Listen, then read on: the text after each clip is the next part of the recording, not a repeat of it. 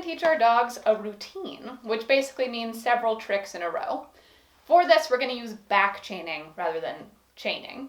What backchaining is you teach the last trick in a routine first, and then the second to last, and then the first, if you're doing 3 tricks.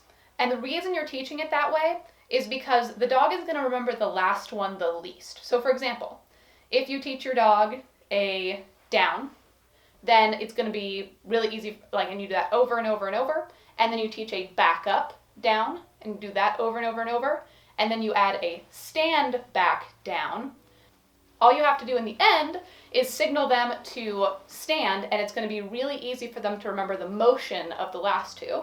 Whereas if you teach the stand first, and you do that the most times, and then you do the middle trick the middle amount of times, and then the last the least amount of times, then it's going to be harder for them to remember that order.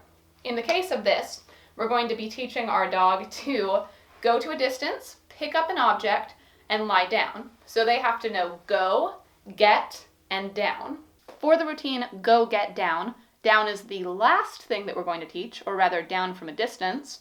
So let's make sure that our dog knows that. You want your dog to know every trick before teaching the routine, ideally, but obviously you can teach along the way as well, practicing the last thing on the list as long as you're practicing and learning the first 2. So I'm going to get her back a little bit. Betsy, back. Ready? And I'm going to go some distance away and see if she'll down. Very good. If she couldn't work from a distance, what I would do is add in a bed. So I'm going to put that down. I would put her on it in a sit. Go 1 step away, down.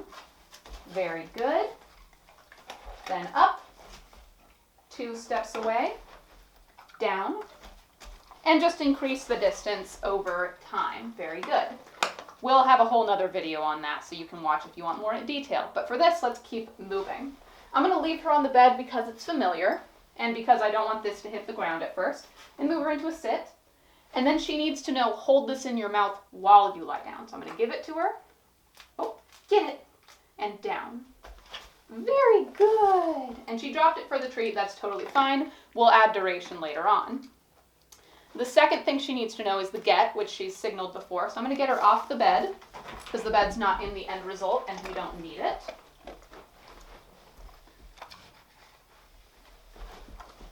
All I need her to do is pick this up off the ground. We do have a video on how to teach your dog to retrieve objects, so refer to that if you don't know it. So we would say, get. Oh, and she's already downing. We don't want that, though. We want her to grab it from a stand. So Betsy, up. Yes. Oh, that was a touch, but that is what I signaled. So we're going to say, get it. Very good girl. Get it. Down. Very good job. Good job, honey. So you can see she knows those 2 things. Now I'm going to see if I can move from a distance. So get it. Down. Down. And you want to be signaling as little as possible, but at first you will need to signal every single trick. It'll become a routine later on. Now she needs to know a go. So if your dog already knows get it, this is going to be the easiest. Betsy, come around. Go get it. And she's going to bring it back. That's what I signaled. But what we need to do is go, get it, and down. We have a video on how to teach your dog to stop in motion. She knows that, so we're going to add that in. Betsy, come around. Get it. Wait. Down. Good girl. So smart. And then you just add more distance. So I'm going to put her by my side. Betsy, come around. Wait. Oh, that's not right. Come here. That's okay. Betsy, sit. That's not right. Come around. Wait. Sit. Good. And it's okay if your dog takes multiple attempts. She's learning. Wait. And she wants to go because she really wants to get her treat by earning that object. So I'm going to say, go, get it. Wait. Down. Very good girl. So as you can see, we moved backwards. And she won't remember yet that she's supposed to do all 3 in a row. You would want to start adding in a certain signal before you ask for all 3.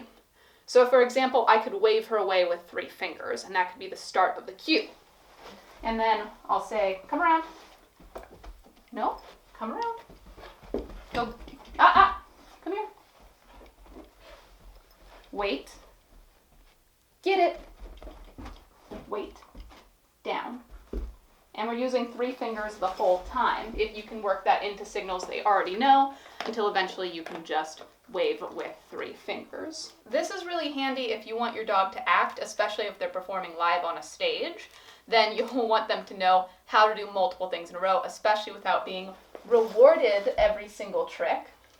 You want them to anticipate that reward at the end of the routine. It's also fun if you're doing dancing, because you can do like 5, 10 tricks in a row, and they all work as one trick rather than them expecting a treat after every single behavior. You can see Betsy only got 1.